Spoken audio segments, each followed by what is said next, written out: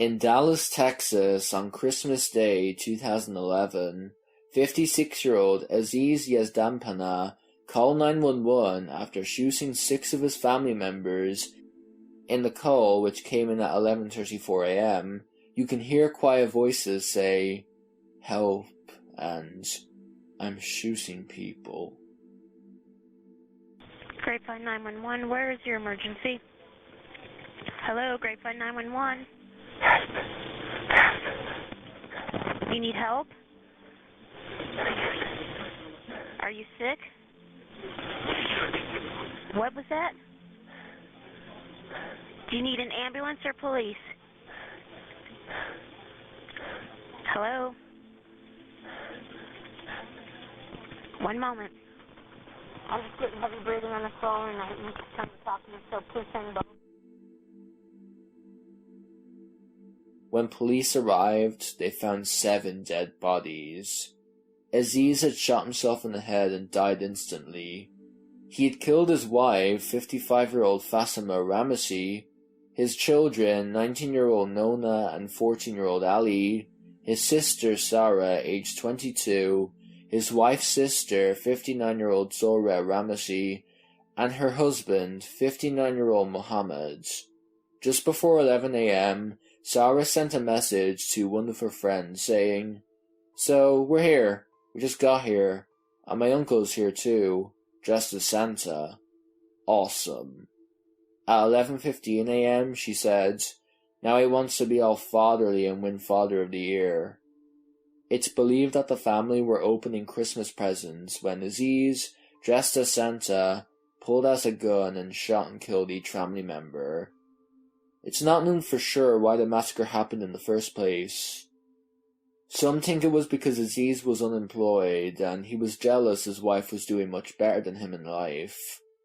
The only person who knows for sure what was going through Aziz's head was Aziz himself. And since he's not here to tell anyone, we'll probably never know. On October 2nd, 1998, in New Freedom, Pennsylvania, 15-year-old Zachary Witman called 911 after finding his 13-year-old brother Greg stabbed to death. Greg was attacked inside his front door and was stabbed over 100 times. It was so bad that he was nearly decapitated.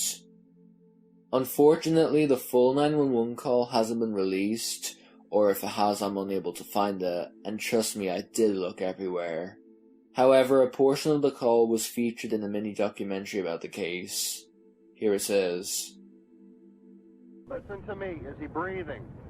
No. No. He's not breathing? No. All right, stay on the phone with me a minute. Come on. I gotta call my mom. Okay, you need to stay on the phone with me for now, okay? I gotta call my mom. No, you need to stay on the phone with me. Okay. Come on. All right, what's your name? I'm Zach. Your name is Zach? Your Yeah. last name? Whitman. Whitman. Yeah. I Okay. gotta call my mom. She's Okay, at work. what's your phone number there, Zach? 7929-235-79. I hear them. Okay, they're on their way. I'm going to go ahead and hang up with you. Okay. You're sure there's nobody else around? I don't see anyone. I don't see anyone. I didn't look. I don't want to look. I don't want to look. Listen to me a minute. Okay, you say you were upstairs and you heard a bang and that's it. Not a bang. Just Not like, a bang, you heard a like- loud like- noise.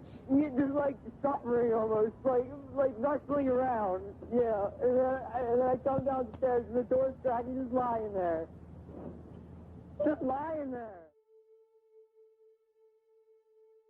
Zachary had been homesick at the time when he heard Greg enter the house. He went downstairs after hearing a noise and found Greg's dead body.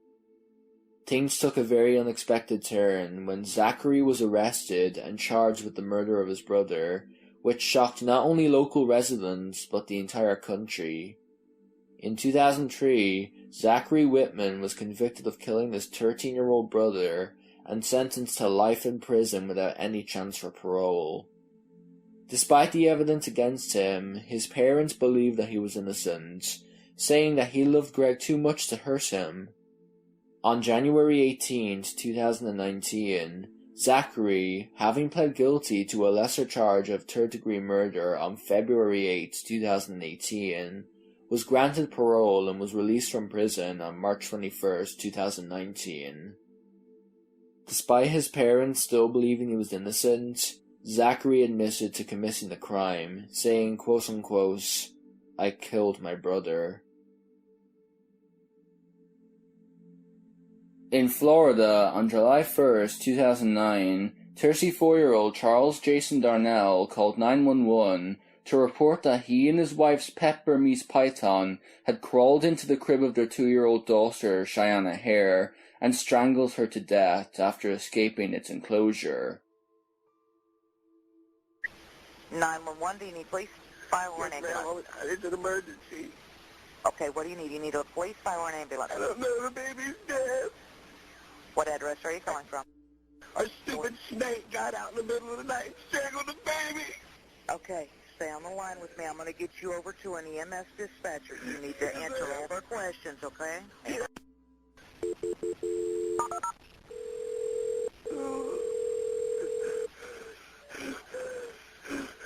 What is the address of your emergency? Okay, and are you in a subdivision or a mobile home park? No, I'm at the house, and we're right on the road. Okay, and what's your name, please? Okay, and what's the problem? Tell me exactly what happened.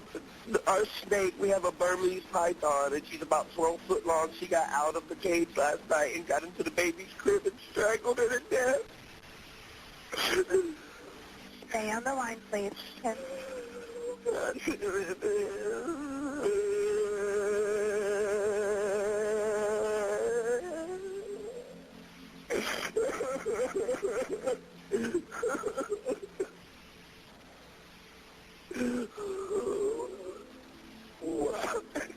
Okay, I do have help on the way there for you, sir. I need to ask you a few more questions, okay?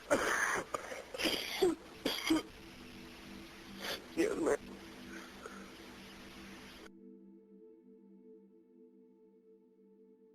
Police arrested Charles and 21-year-old Shaianna Hare and charged them with child neglect, third-degree murder, and manslaughter. At their trial, it was revealed that the python named Gypsy was underweight, weighing 13 pounds as opposed to 150 pounds, which is what it should have weighed. It had not been fed for a month before Shaianna's death. On August 24, 2011, the couple were sentenced to 12 years in prison. Shaianna's biological father, Joe Gilkerson, said that justice was served, but he was bothered by his ex-wife's lack of emotion in the courtroom. In Columbia County, Florida, on December 26, 2018, a man called 911 after his son told him that he had shot and killed his friend, 14-year-old Jadon Vaughn, after he came at him with a knife. Tell me exactly what happened, okay? My son called me. He was screaming, crying, said he shot his friend because he came at him with a knife. That's all I was told. They were screaming, crying. Okay, I need you to go over to him and I need you to check his pulse, okay? He does not have a pulse. No pulse? Right now, he does not have a pulse. Is he breathing?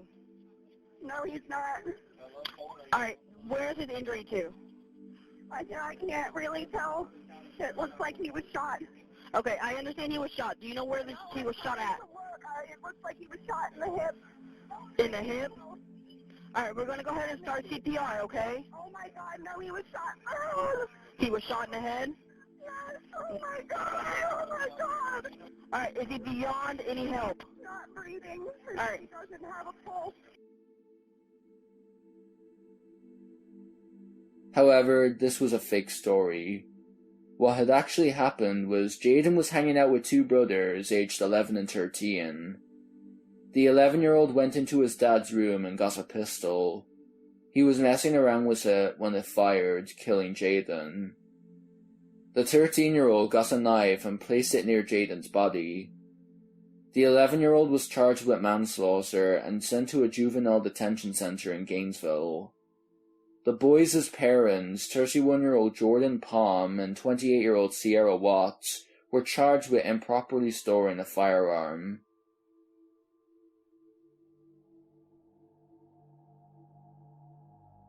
Six-year-old Anthonette Cayedito disappeared from her family's residence in Gallup, New Mexico on April 6, 1986.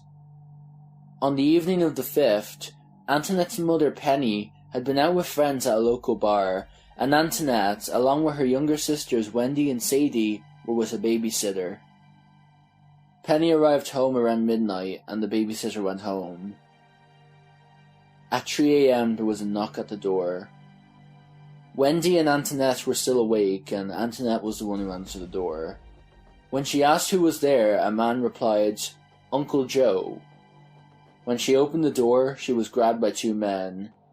She kicked and screamed, "Let me go! Let me go!" as the men forced her into a brown van.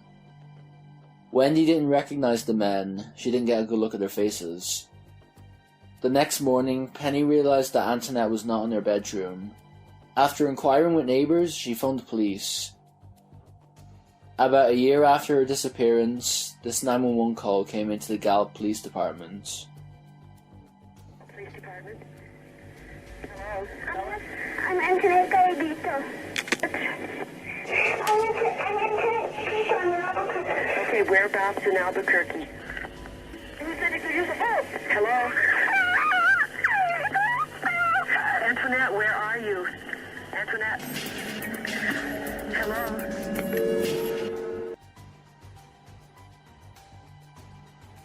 Penny believes that the voice is that of her daughter, but she couldn't identify the man's voice. Sadly, the call was too short to be traced, and the other person in the call remains unidentified. 4 years afterwards, in 1991, a waitress at a restaurant in Carson City, Nevada, encountered a teenage girl matching Anthonette's description, who continued knocking her utensils to the floor. It appeared she was trying to get the waitress's attention. The teenager also grabbed her hand and squeezed it firmly each time the waitress handed back the utensils. The girl was in the company of an unkept couple. After they left, the waitress cleaned their table and found a napkin under the plate the girl had been eating from. One said, "Help me." The other said, "Call the police." Police interviewed one of Anthonette's uncles, but declined to name him as a suspect. Investigators believe that Anthonette is deceased, but her whereabouts remain unknown. Theories range to her being a victim of homicide or a human trafficking ring. Her mother, Penny, died on April 18, 1999, from a combination of liver cirrhosis and cardiac issues, aged 46. In 2016, police stated that they believed Penny might have known more about her daughter's disappearance than she let on. But any secrets she had, she took with her to the grave. Anthonette's father, Anthony, died on August 17, 2012. Strangely enough, 3 years after Anthonette's disappearance, her 25-year-old mentally handicapped stepaunt, Luisa Estrada, disappeared on September 5, 1989, and has never been found. There has been speculation as to potential connections between the two cases, but so far, nothing has been confirmed.